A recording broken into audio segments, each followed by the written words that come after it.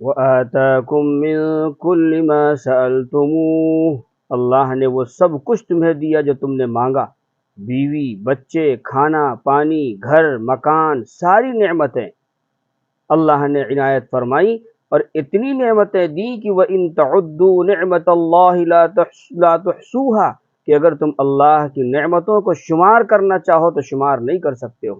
اس کے باوجود تمہارے کرتوت دیکھ کر، تمہاری بداعمالیاں دیکھ کر اللہ نے شکوہ کیا، ان الانسان لظلوم کفار، بے شک یہ انسان جاہل بھی ہے، ظالم بھی ہے، ناشکرہ بھی ہے۔ آج افسوس کی بات یہ ہے کہ ہم نے قرآن کے پیغام کو سمجھا نہیں۔ 60 سال 70 سال اللہ کی نعمتیں کھاتے کھاتے دانت گھس گئے، لیکن ہم نے پیغام نہیں سمجھا۔ قرآن کی تلاوت تو آج صرف ایک رسم بن کر رہ گئی ہے۔ کیا قرآن صرف رسمی قرآن خوانی کے لیے ہے؟ دکان کا ادگھاٹن، مکان کا ادگھاٹن، کارخانے کے افتتاح کے وقت مدرسے کے چند بچے بلا کر قرآن مجید پڑھوا دیا، بس کافی ہو گیا۔ پھر آگے جب کچھ حالات آ گئے تو کہتے ہیں مولانا صاحب جب ہم نے ادگھاٹن کیا تھا، افتتاح کیا تھا تو قرآن خوانی تو کروائی تھی، لیکن پتہ نہیں ہے کہ حالات کیوں آ گئے۔ کیا قرآن صرف اسی لیے تھا؟ قرآن تو اس لیے اللہ نے نازل کیا تھا کہ ہم اس کے پیغام کو سمجھتے، اللہ کے بھیجے ہوئے اس منشور اور دستور پر عمل کرتے، عمل پیرا ہوتے۔ لیکن آج عجیب بات ہے کہ ہم نے تلاوت بھی صرف رسمی بنا لی ہے، سمجھنے کی ضرورت ہی محسوس نہیں کرتے ہیں۔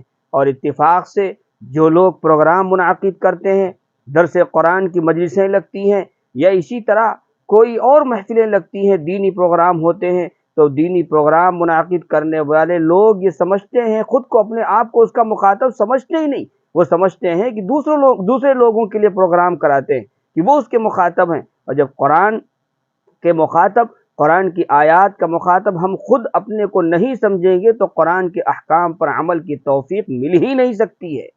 آج سب سے پہلے ضرورت ہے کہ ہم پروگرام اگر منعقد کریں تو ہم یہ سمجھیں کہ اس پروگرام میں علماء کرام کے جو خطابات ہوں گے، تقریریں ہوں گی، ان کے سب سے پہلے مخاطب ہم خود ہیں۔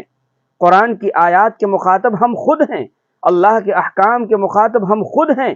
جب یہ ہماری سوچ ہوگی، جب ہمارا یہ نظریہ ہوگا، تو پھر ہم قرآن مجید سے ہماری وابستگی بڑھے گی، قرآن مجید کے احکام کو ہم سمجھیں گے، عمل کریں گے۔ بہت موٹی سی مثال ہے، اگر کوئی کسی کا خط آئے، لیٹر آئے، پیغام آئے، اور آپ نے دیکھا کہ یہ میرے نام تو ہے ہی نہیں، تو آپ اس کو کیوں کھولیں گے؟ ظاہر سی بات ہے نہیں کھول سکتے ہیں۔ لیکن اگر آپ سمجھیں گے کہ یہ خط ہمارے نام ہے، یہ پیغام ہمارے نام ہے، یہ کسی نے ہم کو میسج کیا ہے، تو آپ جب اپنے نام میسج سمجھیں گے تو پھر آپ اس کو پڑھیں گے، اس کو کھولیں گے، اس پر غور کریں گے، فکر کریں گے۔ اس لیے میرے بھائیوں، آج ضرورت ہے کہ قرآن سے ہماری وابستگی سچی ہونی چاہیے، قرآن سے ہمارا تعلق ہونا چاہیے، ہمارا لگاؤ ہونا چاہیے۔ اور قرآن مجید میں اگر ہم خود اس کو نہیں سمجھ سکتے ہیں، نہیں پڑھ سکتے ہیں، اس کے احکام کو نہیں سمجھ سکتے ہیں، تو اس صورت میں ہمیں قرآن مجید سیکھنے کی فکر کرنی چاہیے، اور جہاں جہاں قرآن مجید کے حلقے لگتے ہیں، درس قرآن کے حلقے لگتے ہیں، ہمیں ان درس قرآن کے حلقوں میں شرکت کر کے قرآن مجید کے احکام کو سمجھنا چاہیے۔ ہمیں وقت نکالنا چاہیے۔ اگر ہماری مسجد میں کہیں قرآن کا درس ہو رہا ہے تو اس دن ہم اپنے آپ کو خالی کریں، اتنے وقت کے لیے جتنی دیر یہ درس قرآن ہو ہم اپنی دکانیں بند کر دیں، ہم اہتمام کے ساتھ شریک ہوں۔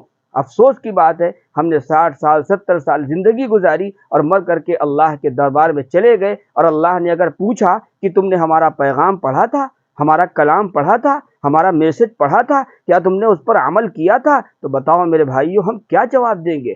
لہٰذا آج ہی سے ہمیں فکر ہونی چاہیے، جو بھی زندگی باقی رہ گئی ہے ہم عہد کریں، کوشش کریں، فکر کریں، اور کہ ہم انشاءاللہ قرآن مجید کو سیکھیں گے، تلاوت کریں گے، ہم اس کے احکام کو سمجھیں گے، علماء کرام سے آپ اپنا رابطہ رکھیں گے، جو جانکار ہیں، جن کو علم ہے، ہم ان سے وابستہ ہو کر کے اللہ تعالیٰ کے اس پیغام کو سمجھ کر کے اس پر عمل پیرا ہوں گے۔ اللہ ہم سب کو